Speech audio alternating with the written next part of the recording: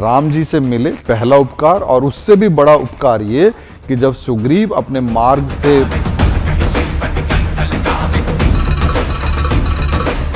भटक गए और वो जो उनका राम काज जो उनको करना था, प्रभु का कार्य करना था, उसको भूल गए,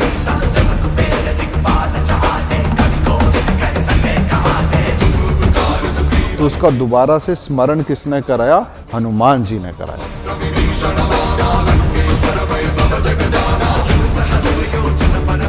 Hello everyone, welcome to Hanuman Chalisa series episode 14.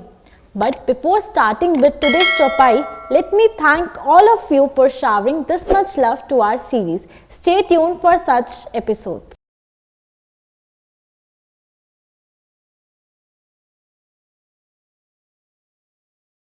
तो चलिए सर, आज हम अगली चौपाई में प्रवेश करते हैं और आप उस चौपाई का हमें डीप मीनिंग समझाइए।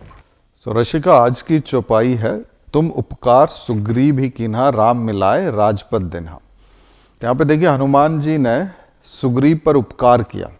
सबसे पहले तो क्या उपकार किया? उन्होंने सुग्रीव जी को राम जी से मिलाया और बाली का वध हुआ और सुग्रीव जी को दोबारा राज्य की प्राप्ति हुई।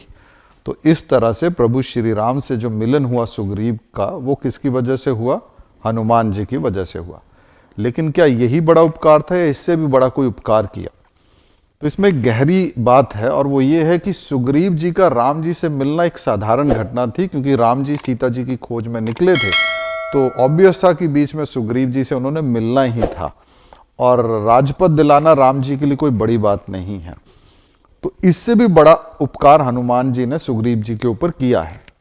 तो जब राम जी सुग्रीव जी से मिले तो राम जी को पता चला कि सुग्रीव की जो पत्नी है और राज्य है वो बाली ने ले लिया है। तो राम जी ने सुग्रीव को वादा किया कि मैं बाली का वध करूंगा और तुम्हें तुम्हारा राज्य वापस दिलाऊंगा और उसके बदले आप सीता जी की खोज करोगे। और दोनों मित्र बने। किसकी वजह से? हनुमान जी की वजह से। तो राम जी ने बाली का वध किया और दोबारा राज्य की प्राप्ति सुग्रीव को हुई। और उस समय चातुर्मास शुरू हो चुका था। तो ये तय हुआ कि चातुर्मास के बाद सुग्रीव जी जो है वो माँ सीता जी की खोज करेंगे। तो प्रभु राम और लक्ष्मण अपने कुटिया में चले गए और चातुर्मास के समाप्त होने का इंतजार किया।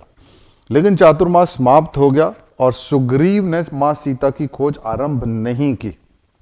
अब यहाँ पे गौर से देखिए, जो सुग्रीव का चरित्र है वो काफी हमसे मिलता है। कैसे मिलता है? क्योंकि हम लोग भी जब प्रॉब्लम्स में होते हैं, परेशानी में होते हैं, तब हम उस डिवाइन एंटिटी को याद करते हैं, प्रभु को याद करते हैं। लेकिन जब हमारा अच्छा समय चलता है तो हम मौज मस्ती में चले जाते हैं और उस डिविनिटी को हम भूल जाते हैं। यही सुग्रीव के साथ भी हुआ। तो सुग्रीव एक तरह से हमको ही रिप्रेजेंट कर रहे हैं। वो भूल गए कि प्रभु श्री राम से उन्होंने क्या वादा किया है और वो अपने राज्य में अपने पत्नी के साथ, अपने लोगों के साथ मौज में लग गए। अब जब श्री राम जी ने काफी दिन तक देखा कि कोई समाचार नहीं आया तो श्री राम जी क्रोधित हुए और उन्होंने लक्ष्मण को यह आदेश दिया कि लक्ष्मण जाओ और सुग्रीव जो अपना वचन भूल चुका है उसको दंड दो। ये जो वाण जिससे मैंने बाली का वध किया था, उसी वाण से मैं सुग्रीव का भी वध करूंगा, क्योंकि वो अपने वायदे से मुकर गया और उसने अपनी मित्रता का धर्म नहीं निभाया। तो जैसे ये आज्ञा प्रभु श्री राम जी ने लक्ष्मण जी को दी, हनुमान जी को आभास हो गया। अब सवाल उठता है कि भाई हनुमान जी को कैसे पता चल गया? तो हनुमान जी हमेशा श्री राम जी के ध्यान में रहते हैं और राम जी कहाँ रहते हैं? हनुमान जी के हृदय में रहते हैं। तो जो भाव राम जी के हृदय में आएगा वो भाव हनुमान जी को भी आ जाएगा और वो समझ गए कि सुग्रीव जी से गलती हुई है। तो यहाँ पे देखिए, हनुमान जी फिर वो कार्य करते हैं कि जब साधक अपनी साधना से भटक जाता है तो दोबारा वो उसको मार्ग पर लेकर आते हैं। तो हनुमान जी को पता चल गया कि ऐसे ऐसे प्रभु राम गुस्से में हैं, तो वो तुरंत सुग्रीव जी की सभा में पहुंचे। अब यहाँ पे देखिए, हनुमान जी की कम्युनिकेशन स्किल का एक और बहुत अद्भुत दृश्य आपको देखने को मिलेगा। चाणक्य नीति बोलती है कि जब भी आप किसी कार्य को करें तो साम, दाम, दंड, भेद, इन 4 नीतियों का प्रयोग करें। और हनुमान जी इन चारों में परफेक्ट थे। राजा की सभा में पहुंचे और सबसे पहले जाकर उन्होंने सुग्रीव जी के चरणों में प्रणाम किया और फिर सुग्रीव जी को समझाया।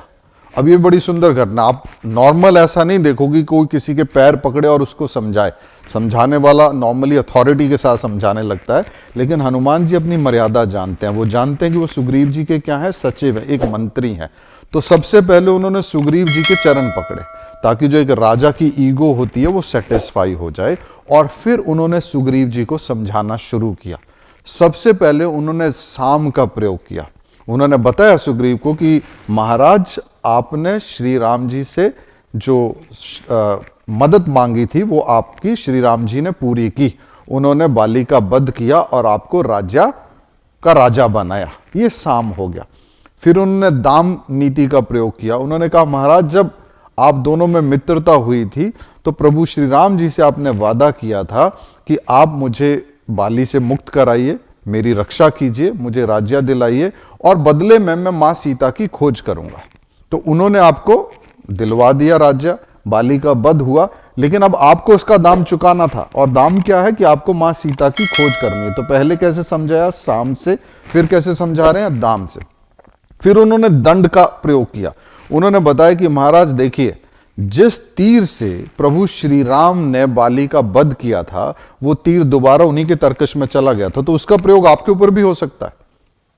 और फिर अंत में उन्होंने प्रयोग किया भेद का और कहा, महाराज सुग्रीव, इस बात को याद रखिए कि राजा तो आप बने हैं, लेकिन जो युवराज है वो अंगद है, और किसी भी वक्त युवराज भी राजा बन सकता है। तो देखिए इनकी पूरी स्किल देखिए, साम, दाम, दंड, भेद, और पांव को पकड़कर समझा रहे हैं कौन, हनुमान सुग्रीव को। तो ये वाला उपकार जो सुग्रीव जी के ऊपर हनुमान जी ने किया वो उस उपकार से कई गुना ज्यादा बड़ा है।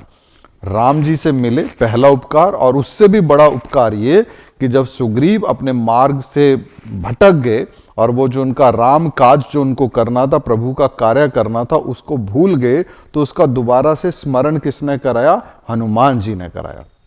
तो यहां हनुमान चालीसा हमको ये संदेश देती है कि जब हम हनुमान जी से जुड़ते हैं और उनकी कृपा के पात्र बनते हैं, तो जब जब हम अपने मार्ग पर चलते हैं, अपने ज्ञान के मार्ग पर बढ़ते हैं, अपने विकास के मार्ग पर बढ़ते हैं, हम सेल्फ रियलाइजेशन के रास्ते में बढ़ते हैं, तो ऐसे कई मोमेंट्स आएंगी जहां पर हम भटक सकते हैं। तो उस समय हमें दोबारा मार्ग पर लाने की कृपा कौन करते हैं, श्री हनुमान जी करते हैं। तो तुम उपकार सुग्रीव कीना, राम मिलाए राजपद दीना। इस तरह से हनुमान जी ने सुग्रीव जी के ऊपर दो दो उपकार किए। पहला, श्री राम जी से उनको मिलाया, उनका राज्य वापस दिलाया, और दूसरा, जब सुग्रीव अपनी ड्यूटी को भूल गए, अपने कर्तव्य को भूल गए, तो दोबारा उस कर्तव्य का स्मरण कराकर उनको दोबारा जीवन रक्षा प्रदान की हमारे प्रिय हनुमान जी ने। वेल फ्रेंड्स, हमने इस चौपाई से साम, दाम, दंड, भेद की नीति समझी, और हमने समझा हनुमान जी इस नीति में कितने परफेक्ट थे। हमने ये भी देखा कि जब भी हम सेल्फ रियलाइजेशन की तरफ बढ़ते हैं और जब भी हम भटक जाते हैं उस रास्ते से, तब हनुमान जी हमें दोबारा से उस मार्ग पर लेकर आ सकते हैं, जैसे कि वो सुग्रीव को लेकर आए थे। तो चलिए फिर इसी के साथ मिलेंगे हम आपसे अगले एपिसोड में। जय श्री राम।